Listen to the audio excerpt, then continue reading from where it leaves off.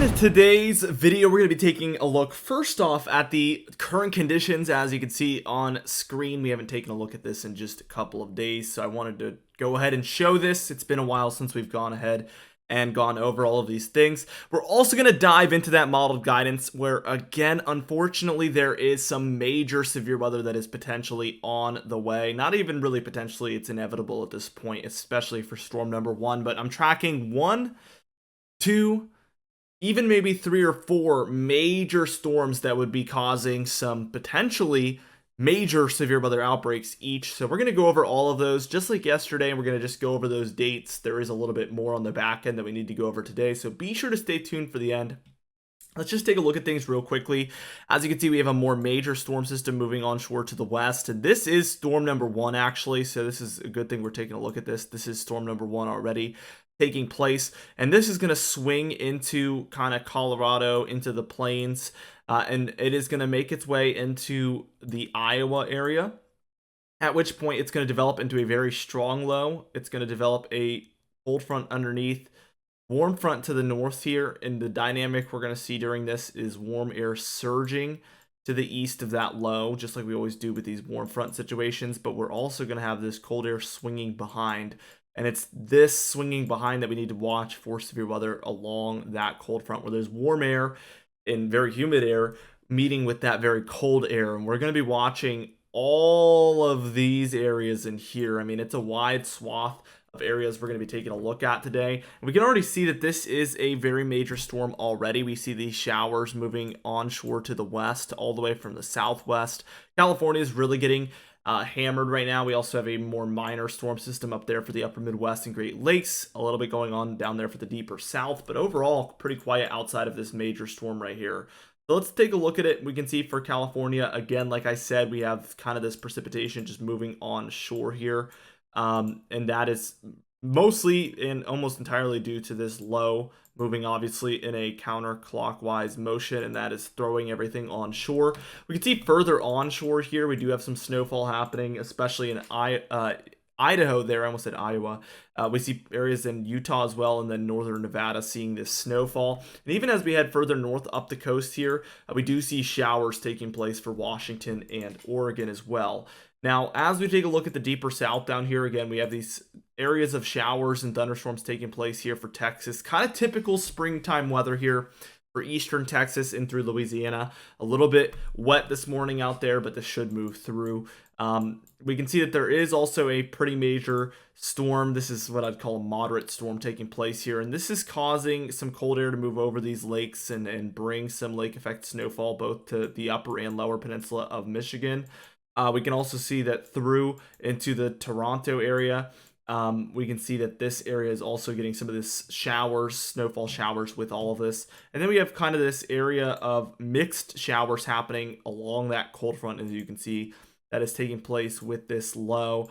And that has some cold air behind it. So we see this cold air surging in. And as this progresses, we should see things cool down for a lot of those areas in the Ohio Valley and Great Lakes for a brief time. Now, what we're going to go ahead and do is focus in on that modeled guidance so we can give you those pinpoint dates as to when to expect this severe weather to potentially take place. Now, here we are taking a look at this European model. We see our storm number 1, again, moving onshore. Again, that is storm number 1 that we're going to be calling it. Let's just move forward with this. And as we can see, it moves onshore once again, like I said, and then becomes a 990 millibar low pressure center here over eastern Colorado. Your jet stream at this point is doing this, and we see this intense lifting happening there over the Rockies, very close to that low, and that is just intensifying things further because we see the cold air diving southward here and the warm air surging northward right there. So you can already see the swirl that is going to basically ensue because of this. So this storm is going to be very intense, and as it moves into Nebraska, it starts to take kind of character here. It molds into what we expect this to eventually become. We can see where that warm front and cold front are at this point, and the jet stream is basically following this just like that. Warm air surging, warm humid air surging here to the east of that low, and then we can see the cold air pouring in behind the cold front there. That's for Friday the 31st. This date on particular is when we're watching for severe weather up and down these regions here to the east of that cold front. We can see that low lifts off and actually rapidly intensifies as well that evening. 988 millibar low pressure center. So we'd be watching, especially along this cold front right here, for that potential severe weather, potential major severe weather there as well. And then by Saturday, as you can see, Saturday, April 1st, we have a large line of thunderstorms as well for the East Coast. With this, I don't know how far north that will be severe weather or even thunderstorms really, but we do know that this will be heavier showers, it appears, along the East Coast as this cold front stretches through. We also can tell that there's going to be very cold air following this, but that will be very briefly lived. So expect colder conditions potentially for Sunday. But already by the time we're reaching Monday, we see things lifting off. And by the way, we missed storm number 2 developing here because that's already taking place by Sunday the 2nd here. Storm number 2 is getting going. And we're going to watch for the same thing. It's going to move into eastern Colorado. And at this point, it's going to turn into a 990 millibar approximately low pressure center. We're going to watch for it to rise up through the plains. And then we're going to watch for the cold front, warm front development. And if that takes place, we have another round of severe weather expected. Let's see how this progresses. And as you can see, 983 in eastern Colorado already, so it's outperforming storm number 1 by far. 977 by the time it's in Nebraska and South Dakota. And look at this S curve we have here. I've always talked about this. When it goes a little bit inverted like that, it becomes an S. That is a sign of an extremely strong storm. And sure enough, we have that taking place. Also, major snowfall to the north of this low. Let's see if we get a cold front, warm front dynamic going, because if we do, that is very, very bad news. And sure enough, there, it's already taking place there, as you can see.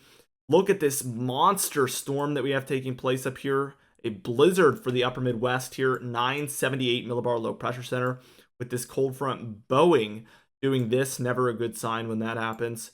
And also we have a warm front here. So we would be once again watching for severe weather all along this cold front. And another pretty far eastern severe weather event, if this takes place like this.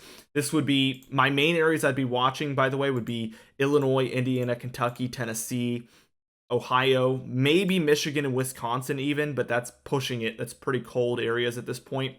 But definitely that Ohio Valley region there. And maybe even for the deeper south, Mississippi, Alabama, Louisiana, but that seems to be a little bit lower precipitation as you are pretty far from the low. It's definitely going to be something that we need to watch as we get closer. This is still extremely far out.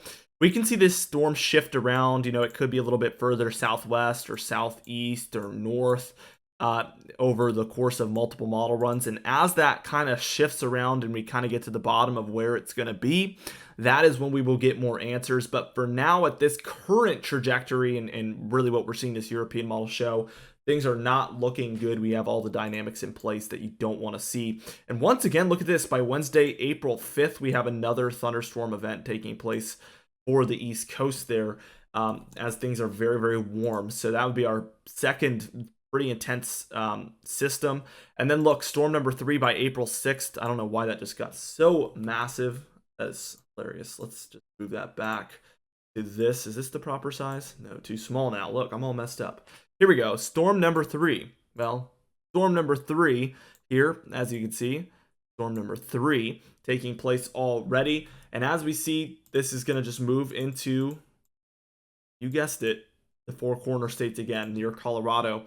And we can't really tell what's going to happen after this point because this is the end of the model run, but we have a very strong storm once again. Already warm air surging to the east of it here. So we're seeing this take place. And if this rises up this low, we could see once again that cold front dynamic underneath. And we could start to get going for storm number 3.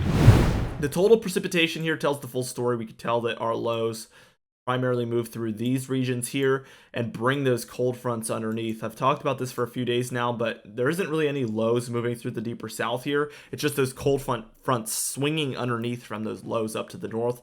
Also, we could tell that we have a couple storms moving through the northwest and the southwest, but they all end up at the same point, which is basically the Four Corner States here, and then they move northward from that point. So very high amounts there for the West Coast. The northern plains, the upper Midwest, and the Great Lakes especially are the areas I'm watching for the highest precipitation over the next 10 days. As we take a look at that total snowfall here, you can see very extreme amounts here for the mountainous west, as again, those lows are going to be moving through from the northwest and the southwest and kind of convening here over the four corner states. And then those lows from that point are likely going to move like this, at least the first two especially, and bring heavy amounts of snowfall there through the upper Midwest and northern plains there, and then also for the southeast of Canada. These are the two areas where we can see multiple feet of snowfall here, at least in the eastern 2/3 of North America. These areas here in the mountainous west obviously seeing much more than that, but it's mostly for mountaintops there. Now the GFS model, I want to see how much agreement we have. We get storm number 1 looking very similar. I want to see if there's any intensity difference, and no, it's still a very intense 980s millibar approximately storm. Storm number 2 taking place, and look, we also get a very strong storm, and look at the agreement here from these two models. I want to move back actually. What hour was that? That's 21Z on Wednesday. So maybe we're moving a little slower here on our GFS model, but let's get it approximately where the storms are meeting. And yeah, look at that. Very similar. That's the GFS model. Here's the European model. Here's the GFS model. Here's the European model. We can see that 100 plus hours out, 150 plus hours out, we have great agreement on a very strong storm in the upper Midwest, and they're about maybe 50 to 100 miles off, and that's pretty good for how far out this is. And either way, we would have a very strong cold front on the eastern front of this, and that would cause severe weather on both of these models in very similar spots, as you can see. Very similar. So for now, that is looking like the most likely scenario on both of these models, which makes my confidence pretty darn high. Let's keep going with this though, and we can see that we do get storm number 3 going eventually there, but looks much more minor. This model does kind of average out at the end here. Even though it's not an ensemble model, we do actually have multiple members at play here, and this model starts to get a little wonky as we head towards beyond hours 240. So we're going to take all that with a grain of salt. I did real quickly want to show you guys the temperature anomalies. We haven't shown this in a while, but we have mostly warm air expected for the east. As you can see, this frame right here in particular shows kind of what I expect to see most of over the next 10 to 15 days. You see a lot of warm air surging happening here over the east, a lot of cold air just pouring into the west here, and a lot of stronger lows taking place somewhere in between here at most points, which kind of causes a flow like this. So again, cold air moving south in the west, warm air moving north in the east, and that is the primary pattern there. And you can see we kind of get some cooldowns, but we move back into that type of a pattern again by April 9th. And then we get averaged out at the end here where it's kind of cold from coast to coast. And as you guys, if you've been following the channel, would know, we don't usually actually see this happen. We just have about 20 to 30 ensemble members trying to come together and make one solid opinion here.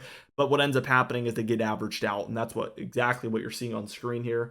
So definitely something to take with a grain of salt, is I think we will probably have warmth on either the west or the eastern side of things. It's just this model doesn't know which one yet in the very far long range. But for a majority of that model run, what we see is something like this. This is the 10-day average, and we see something like this taking place. Anyway, thank you so much for watching this video. Be sure to subscribe. We do upload every single day, and we're going to continue to walk through this pattern with you guys. Let me know if you think I should go live on Friday. I might do it. I just want to see what you guys think, if you guys would want to tune into something like that. But we might go live for that major severe weather event for sure. Also, be sure to hit that bell icon for daily notifications when we upload so you never miss one. You can even hit the like button, help us out, and leave a comment down below because I love hearing from you guys so much, and I will see you guys in the next video.